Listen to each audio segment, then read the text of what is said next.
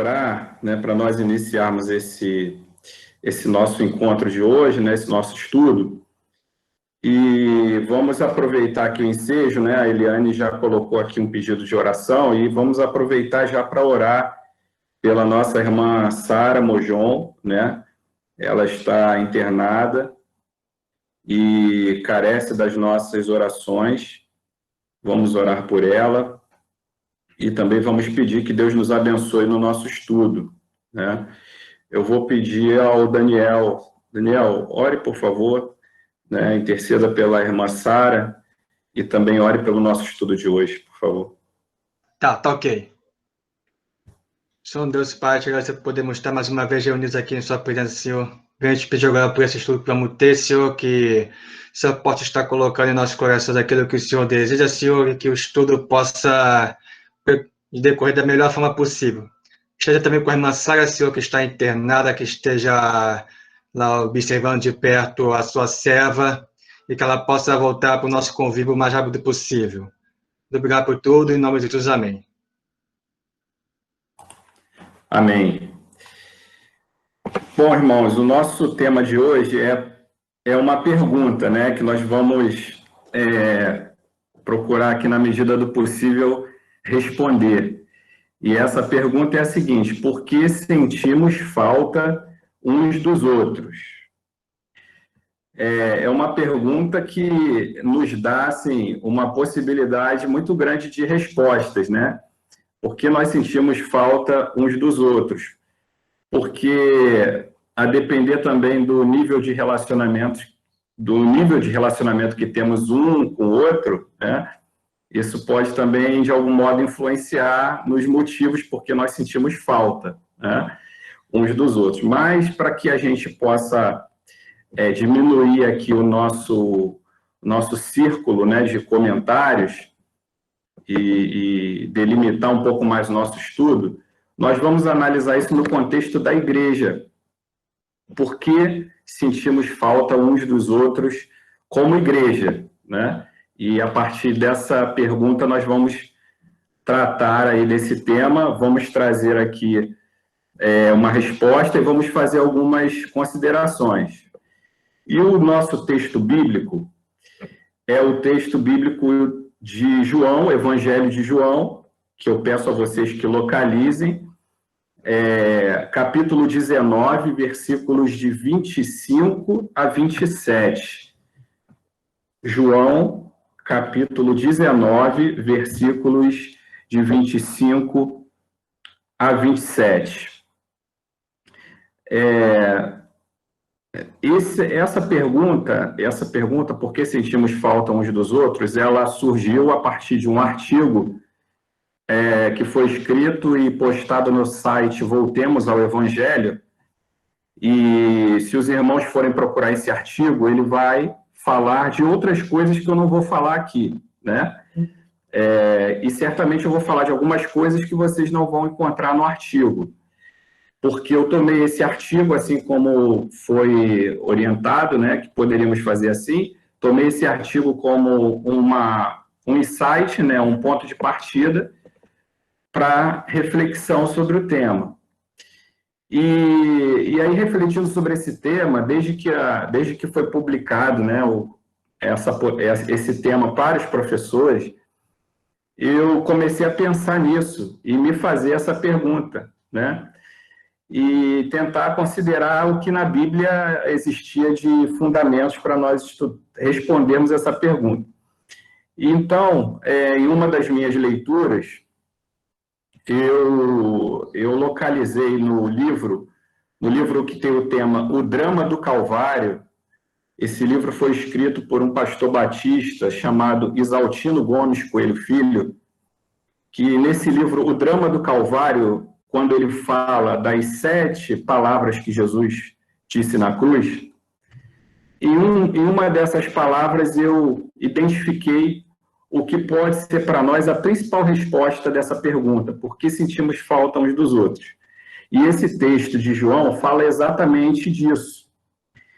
Eu vou pedir a um irmão, né, aqui ao irmão Ageu, estou vendo o irmão Ageu aí, o irmão Ageu que leia para nós esse texto de João, capítulo 19, versículos 25 a 27. Será que ele está aí, irmão Ageu? Está me ouvindo? Pode ser que não. Então, vou pedir a algum irmão voluntário que leia. Leia para nós esse texto, por favor. E junto à cruz de Jesus estava sua mãe e a irmã de sua mãe, Maria de Cleófas, e Maria Madalena. Ora, Jesus, vendo ali a sua mãe e que o discípulo a quem ele amava estava presente, disse à sua mãe: Mulher, eis aí o teu filho. Depois disse ao discípulo: Eis aí tua mãe. E desde aquela hora, o discípulo a recebeu em sua casa. Isso, obrigado, Eliane. Vejam só, né, nesse texto, nós temos quantas pessoas aí junto à cruz, ao pé da cruz. Quantas pessoas nós temos? Quantas pessoas são mencionadas aí? Nós temos aí Maria, a mãe de Jesus, a irmã dela, que não se diz qual é o nome, só se diz que é a irmã de Maria, ou seja, tia de Jesus. Maria, mulher de Clopas, que é interessante porque esse Clopas, alguns estudiosos dizem que ele é, na verdade, o mesmo que Cleopas, que é aquele discípulo que estava, um dos discípulos que estava no caminho de Emaús. Alguns estudiosos dizem que eram a mesma pessoa, né? Esse Clopas. Então, estava ali a Maria, mulher desse discípulo que estava no caminho de Emaús, segundo alguns. Segundo outros, né? Dizem que esse Clopas era, na verdade, Alfeu, pai de Tiago, um dos discípulos de Jesus. Lembram que um dos discípulos era Tiago, filho de Alfeu?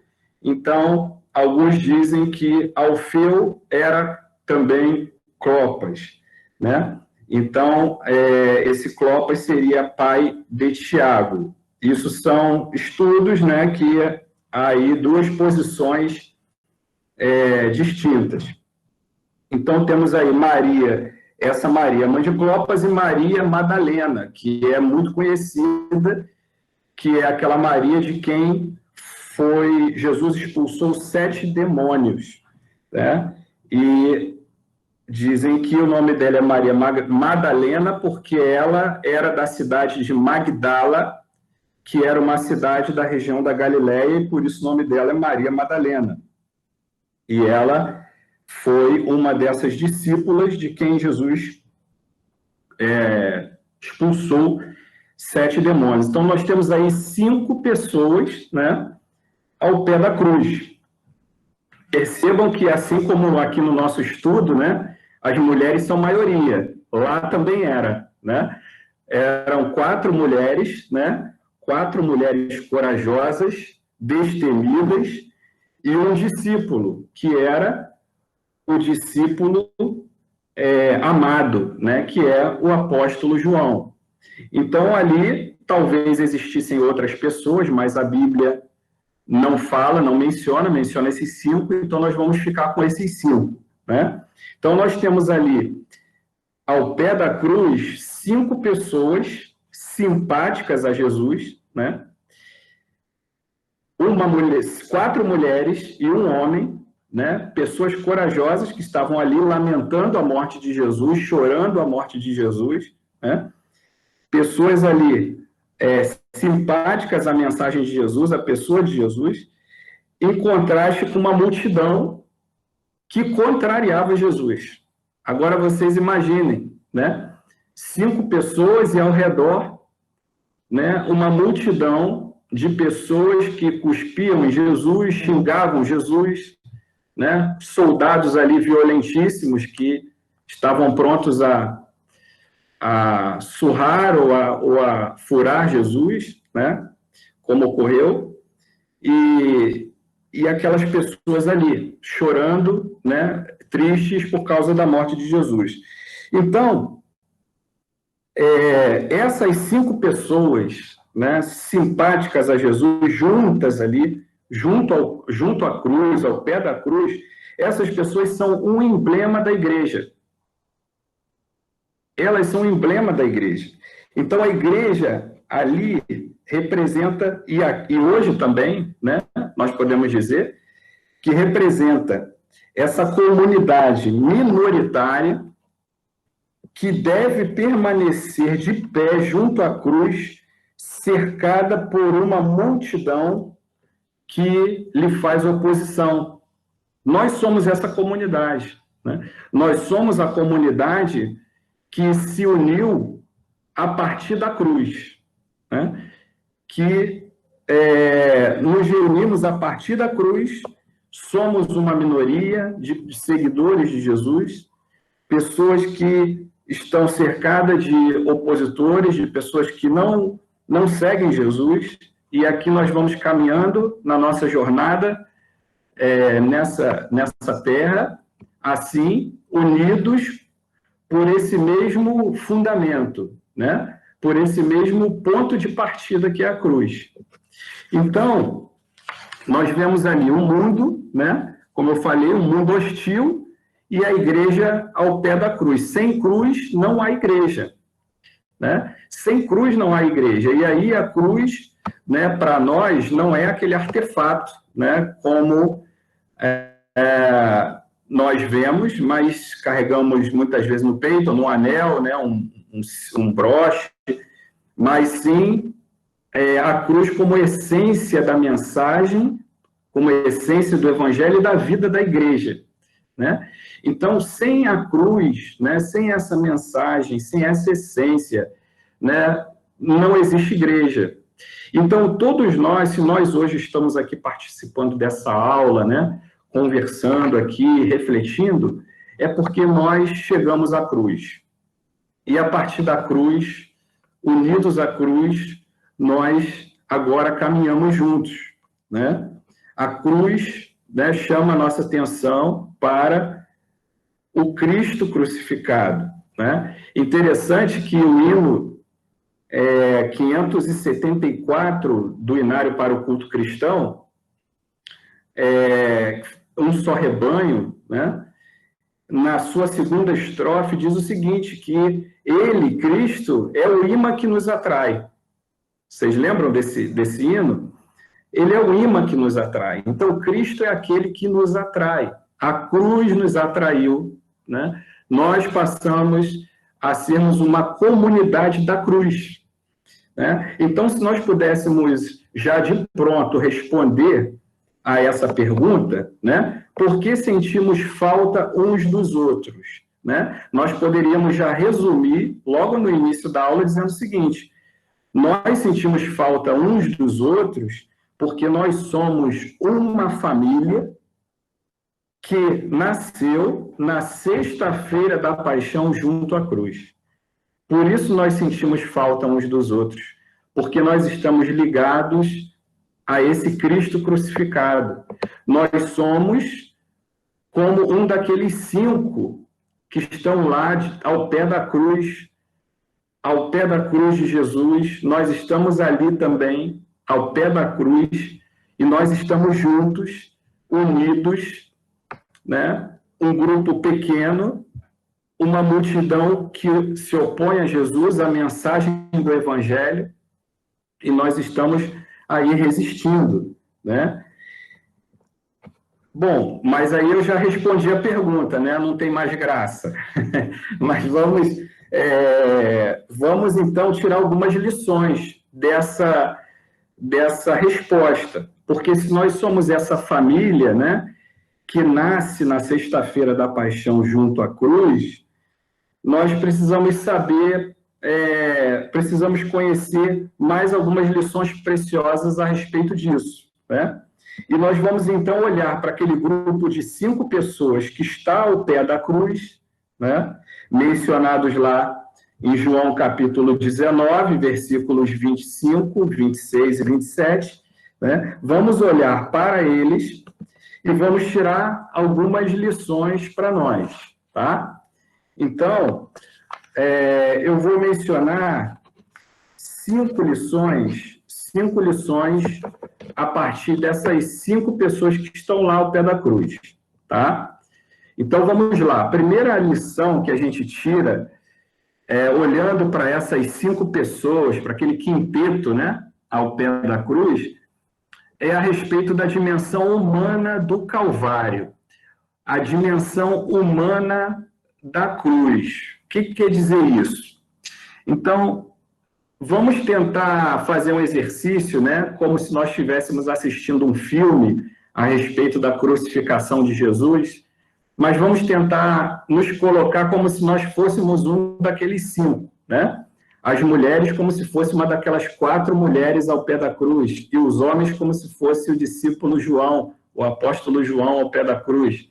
E vamos nos imaginar naquela situação, olhando para Jesus, Jesus de cima olhando para nós, para baixo, e nós de baixo olhando Jesus para cima, né? Olhando para cima, olhando para Jesus, vendo Jesus naquela situação muito triste, muito lamentável, muito ferido, né? Muito machucado, e ouvindo pessoas xingando Jesus e falando de Jesus mentiras e barbaridades, e nós ali, e vamos observar que aquele grupo, né, era um grupo que estava em que condição, né? Era um grupo cabisbaixo, era um grupo que não entendia muito bem o que estava acontecendo, eles não tinham ainda condição de assimilar o que estava acontecendo. Eles estavam ali acuados por causa daquela multidão. Se nós formos lembrar, no momento anterior, quando as pessoas, os soldados romanos chegam para capturar Jesus, todos os discípulos saem em retirada. A multidão que seguia Jesus se dispersou, né? E ali estavam aqueles 5, acuados por aquela multidão. Então, esses 5, né, ali, esse quinteto naquele momento, ele representa um grupo solidário na sua própria dor. Todos eles estão tristes e estão solidários ali, estão juntos, né? Eles se consolam mutuamente em seu sofrimento, né? Eles estão ali se consolando mutuamente. Todos eles são parte atingida. Todos eles estão com o coração ferido, né? Mas eles não estão sozinhos, não estão isolados, eles estão juntos, né? Eles são parceiros na sua mesma miséria, né? Eles estão ali juntos. Então, aqui é a primeira lição dessa dimensão humana da cruz, que é exatamente em momentos como esse que os vínculos espirituais se fortalecem, não é isso? É quando nós estamos juntos, sentindo a mesma dor, né? Participando do mesmo sofrimento, sentindo a dor um do outro, é que nós nos fortalecemos espiritualmente. É quando nós sentimos mais de perto aquilo que o outro está sentindo, e isso, na verdade, pode parecer que nos enfraquece, mas nos fortalece. Um momento como esse que nós passamos, né, que é um momento que não deixa de ser um momento de sofrimento para todos nós, né? Essa distância nossa, essas dificuldades que nós temos de nos abraçar, de estarmos juntos, a perda de irmãos queridos, né? Tudo isso deve servir como uma forma de nós nos tornarmos cada vez mais unidos, mais solidários, e, com isso, os nossos vínculos espirituais vão se fortalecer cada vez mais. Então, o que nós esperamos no período, vamos dizer assim, pós-pandemia? Nós esperamos que os nossos vínculos espirituais estejam ainda mais fortes, né? Essa igreja, ao pé da cruz, né? Ela está unida no sofrimento e está unida pela cruz de Cristo. Veja que Jesus, no seu sofrimento, né? Na sua ali no sofrimento intenso que ele passa, ele está unindo a igreja, ele está unindo aquelas pessoas em torno do seu sofrimento, né? E veja, por exemplo, ainda nessa dimensão humana do Calvário, a situação de Maria, mãe de Jesus. Veja que aqui aqueles que são pais e mães sabem disso muito melhor do que eu, que todo pai e mãe espera ser sepultado pelos seus filhos, não é isso? Mas aqui nós vemos uma mãe que está vendo o próprio filho morrer. Vocês que são pais e mães podem perceber isso muito melhor. O que seria ver um filho à morte, né? Sepultar um filho. Essa dor é uma dor dilacerante para Maria, e ela está ali, mas ela não está sozinha, ela está ali com mais 4 pessoas, mais 3 mulheres e mais o apóstolo João, e eles estão juntos nesse momento de sofrimento, né? Embora esse drama de Maria, né, já tivesse sido predito por Simeão, lá no capítulo 2 de Lucas, versículo 34, 35, quando Simeão diz que uma espada iria traspassar a alma de Maria, ainda assim, mesmo ouvindo aquilo, né, ela, como mãe, ela sentia uma dor, realmente uma dor muito aguda, né? Então, essa é a dimensão humana do Calvário, né? Pessoas comuns, pessoas como nós, pessoas que sofrem, pessoas que são frágeis, todos nós, né? Ali, ao pé da cruz, né? Juntos, solidários na mesma dor, vivendo, né, mutuamente o sofrimento e sendo fortalecidos nesse vínculo espiritual a partir do sofrimento de Cristo e do seu próprio sofrimento, né? Ainda nessa dimensão humana, nós vemos João, que era o discípulo amado, aquele discípulo que recostou ao peito de Jesus, né, no momento da ceia, cheio de sonhos, né, um adolescente, talvez um jovem ali, cheio de sonhos, né? E agora, naquela situação, vendo Jesus naquela situação, talvez pensando, olha, já é o fim, não tem mais jeito, acabou, né? E sem esperança, né? Maria Madalena, mulher de quem foram expulsos 7 demônios, né? Que talvez vissem viu em Jesus o grande Messias, né? O Deus Salvador, e agora vendo Jesus, não estava entendendo muito bem aquilo. Mas eu queria destacar primeiro essa primeira lição sobre a dimensão humana da cruz, né, a dimensão humana do Calvário, para que nós percebamos o drama daquelas 5 pessoas ao pé da cruz e façamos um link com a nossa própria existência como comunidade de Cristo, como comunidade que está ao pé da cruz, como comunidade que deve se unir no sofrimento, né? Que no momento do sofrimento não deve se dispersar, mas deve estar junta, né? Abraçado, sentindo o que passa o outro, né? Tudo bem até aí, gente? Tudo bem. Ok. A segunda lição, então, é sobre a cruz, né? É que a cruz aproxima as pessoas, né? Então, nós vemos aí esse quinteto, né? E vejam só, se a gente for parar para pensar, talvez essas pessoas jamais tivessem se relacionado se elas não tivessem conhecido Jesus. Obviamente, a mãe de Jesus e a irmã da mãe de Jesus, né? A tia de Jesus, claro, o conhecia, mas João talvez não conhecesse Maria, não conhecesse Maria Madalena, né? Talvez as mulheres não conhecessem João se não fosse através de Jesus. Então, através de Jesus, essas pessoas passaram a se relacionar por causa de Jesus. Então, isso é algo interessante nessa lição, nesse texto, né? Porque o que nos aproxima, né? Respondendo a essa nossa pergunta, por que nós sentimos falta uns dos outros, é por causa de Jesus, porque por causa de Jesus nós nos conhecemos. Por causa de Jesus nós passamos a nos relacionar, né? Por causa de Jesus nós passamos a conviver uns com os outros, passamos a nos conhecer melhor. Nós vemos na própria cruz essa lição, né? A cruz tem aquela madeira, né?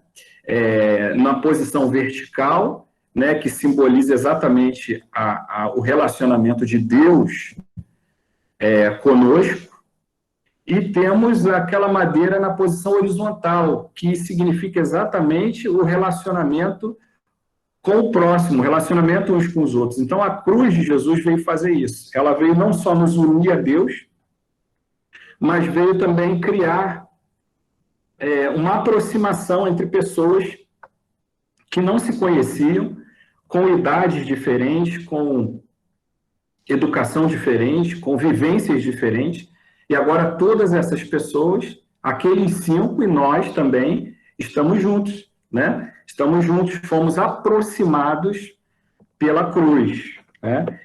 É interessante que essa dimensão, né, de aproximação de pessoas tem essa característica, né, de nos tornar... Parece que nós sempre nos conhecemos, né?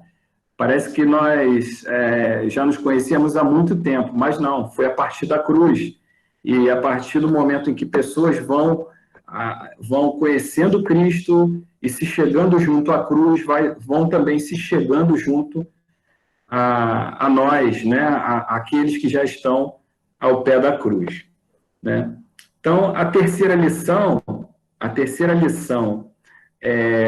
da cruz é que a cruz cria novos laços familiares. Isso também é muito interessante. A cruz não só tem uma dimensão humana, né, onde nós estamos olhando uns para os outros como somos, com as nossas fraquezas, com o nosso sofrimento, né, estamos nos unindo, mas não só estamos nos aproximando, nos conhecendo, nos relacionando, mas também estamos criando novos laços familiares, né?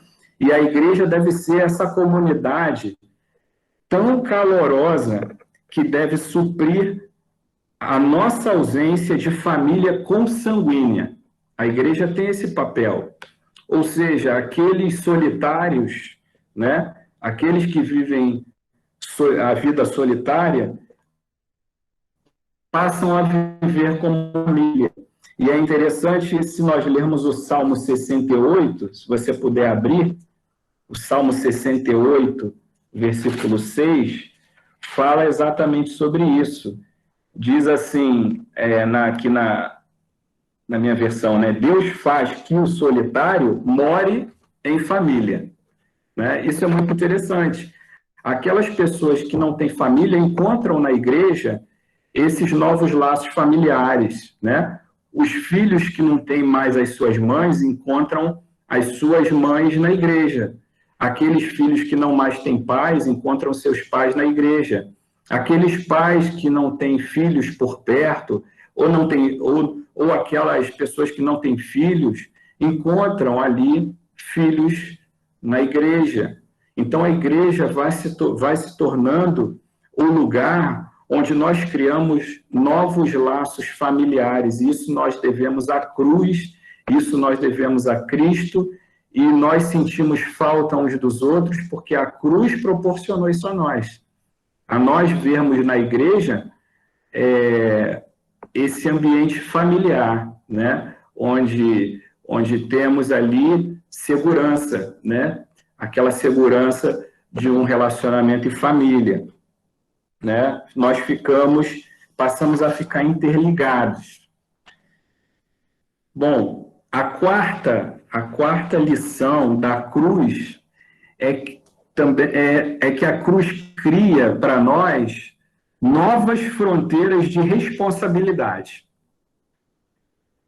Vejam vocês o caso de João, né? Lá no capítulo 19, né, voltando ao nosso texto, João capítulo 19, versículo 26, vendo Jesus sua mãe e junto a ela o discípulo amado, que era João, disse: mulher, eis aí teu filho. Depois disse ao discípulo: eis aí tua mãe. Dessa hora em diante, o discípulo a tomou para casa. Então, vejam só a responsabilidade que Jesus dá a João.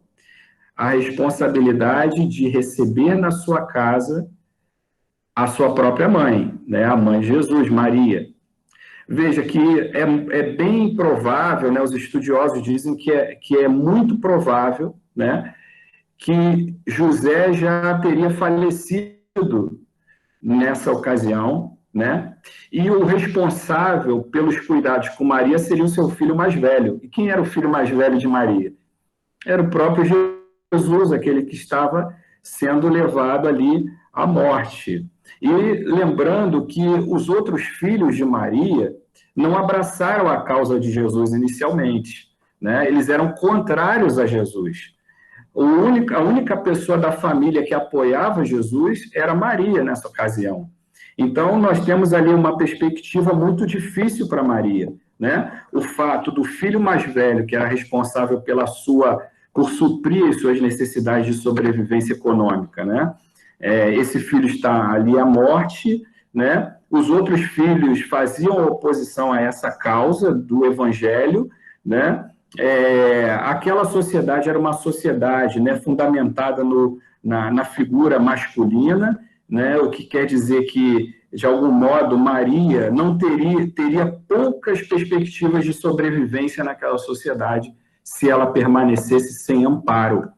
E Jesus, ainda naquele momento tão difícil, olha para Maria, para João, e dá uma responsabilidade para João. Fala: João, agora a sua responsabilidade é cuidar de Maria, é cuidar de suprir as suas necessidades, e aqui principalmente as necessidades de sobrevivência econômica. Então a igreja cria, a cruz nos une e cria para nós essas responsabilidades, né? Na igreja, né? Na nossa comunidade cristã, é um lugar de assumirmos responsabilidade uns com os outros, né? Muitas pessoas olham para a comunidade cristã, né? Para a comunidade, um lugar onde elas vão ser abastecidas espiritualmente, emocionalmente, mas não é só isso. Quando nós vamos a esse texto, né? Nós podemos perceber que junto à cruz, Jesus estabeleceu novas fronteiras de responsabilidade para a igreja. Então, nós temos responsabilidades uns com os outros, né? Nós temos responsabilidade com aquelas pessoas que são mais carentes, né? De pessoas que são mais necessitadas, de pessoas que não teriam oportunidade de sobrevivência nessa sociedade que nós vivemos se a igreja não tomasse uma posição de cuidar dessas pessoas, né? Nós temos até um exemplo na nossa igreja, nós podemos citar aqui, né, a nossa irmã Marianita, né, que se encontra num abrigo e apoiada completamente pela igreja. A igreja apoiou, abrigou, o pastor Valmir assumiu a liderança dessa questão, né? A Patrícia também é uma pessoa que está diretamente envolvida nos cuidados com essa irmã, e a igreja assumiu essa responsabilidade, vendo que talvez a família não pudesse dar àquela irmã o suporte necessário, né, na sua sobrevivência digna. Então, a igreja tem esse papel, né, de assumir novas fronteiras de responsabilidade. E temos feito isso, dando exemplo, né, a todos, para que nós façamos sempre isso e também para a sociedade, né?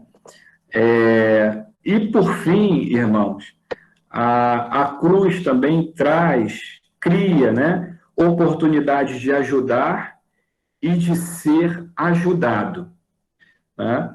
Então, a cruz nos tira da vida solitária, como nós vimos, e nos leva para uma vida solidária. nós passamos a ter essa oportunidade de ser ajudado e de ajudar. A cruz põe diante de nós pessoas que podemos ajudar e também põe diante de nós pessoas que nos podem ajudar, que podem nos ajudar, né? A cruz nos propicia oportunidades para influenciarmos e para sermos influenciados. Então, vejam só essa questão muito interessante. Os irmãos lembram como João era chamado? Ele era chamado ele era conhecido por uma expressão muito ruim, né? Ele era chamado de filho do trovão. Se nós formos ao Evangelho de Lucas, capítulo 9, versículo 54, nós vamos ver que João foi chamado de filho do trovão, porque ele era um homem muito enérgico, né? Era um homem inflamado no seu temperamento, né? Não era um homem irritado, né? Nervoso. E interessante que a esse homem é que Jesus deu o cuidado de Maria, né? E Maria parece para nós, desde o início, uma pessoa muito meiga, né? Nós vamos percebendo isso. Quando ela aceita, né, sem questionamentos, a comunicação do anjo de que ela seria a mãe do Salvador, ela falou, cumpra-se em mim, de acordo com a tua palavra. Depois ela via situações relacionadas a Jesus e guardava no coração, né? Nós vamos vendo Maria, em diversos momentos dos evangelhos, ali demonstrando que era uma mulher meiga, né? Essa mulher meiga fica aos cuidados de um homem enérgico. Então, é interessante isso, né? Porque João, que era um homem enérgico, era um filho do trovão, ele precisava de uma mulher meiga, né? E Maria, que era uma mulher meiga e frágil, precisava de uma pessoa enérgica. Então, João ajudou Maria a viver a sua fase mais difícil da vida, e Maria ajudou João a domar o seu temperamento e passou a ser conhecido como apóstolo do amor. Então, ambos foram, Maria foi para João, João foi para Maria, ambos foram, um para o outro, instrumentos do Espírito Santo para ele agir na vida um do outro. Então, uma das belezas da vida cristã é essa virtude de ajudar uns aos outros a superar os seus defeitos e fraquezas. Então, eu me aproximo, eu ingresso nessa comunidade cristã, que é a igreja, essa igreja que está ao pé da cruz, né, junto à cruz, eu chego lá com as minhas virtudes e chego com os meus defeitos. E com relação às minhas virtudes, eu ajudo a pessoas que têm defeitos a que elas se tornem pessoas melhores. E essas pessoas, com as suas virtudes, me ajudam nos meus defeitos a me tornar uma pessoa melhor. E a igreja se torna esse lugar, né, onde nós temos a oportunidade de ajudar e de ser ajudado. E nós vamos nos tornando pessoas melhores porque estamos juntos ao pé da cruz. Então, irmãos, finalizando aqui, né, por que nós sentimos falta uns dos outros? Por que nós sentimos falta uns dos outros? Porque nós somos a comunidade que passa a existir ao pé da cruz, junto à cruz, naquele momento de dor do nosso Salvador. Ali nós nos tornamos uma família, em Cristo nós nos tornamos uma família, Ele é o imã que nos atrai para Ele, e é ali, é nesse contexto que nós nos humanizamos, nós olhamos um para os outros não como supermulheres, super-homens, mas como pessoas comuns que estão ali e precisam cuidar uns dos outros.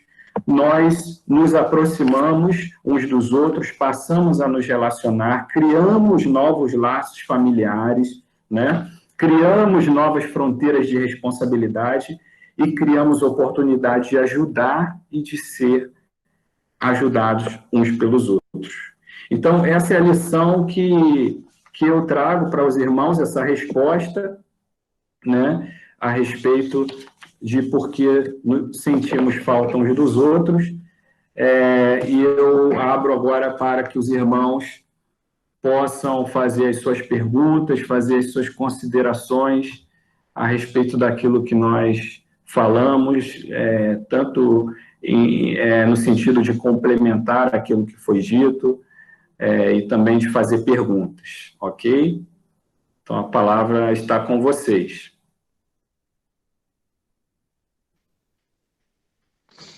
André? Está gravando aí? Sim. Está gravando ainda? Ou vai parar de gravar? Vamos orar primeiro, André, para encerrar essa parte da gravação, aí depois a gente abre para as perguntas, tá bom? Joia, então eu vou fazer uma oração. Nosso Deus, nós agradecemos ao Senhor por esse momento que tivemos essa oportunidade de estarmos juntos aqui meditando na Tua Palavra. Olhamos para aquele quinteto junto à cruz, vemos a nossa comunidade também, da mesma forma, junto à cruz do Teu Filho Jesus, e olhando para Ele, e ali juntos, criando uma comunidade, uma família, onde podemos nos relacionar uns com os outros, podemos cuidar uns dos outros, ajudar uns aos outros, vivermos essa realidade que foi proporcionada por causa daquilo que Jesus fez na nossa vida. Que o Senhor fortaleça cada dia esses laços e que possamos, mediante a ação do Teu Espírito, nos unirmos cada vez mais em amor. No nome do Senhor Jesus. Amém.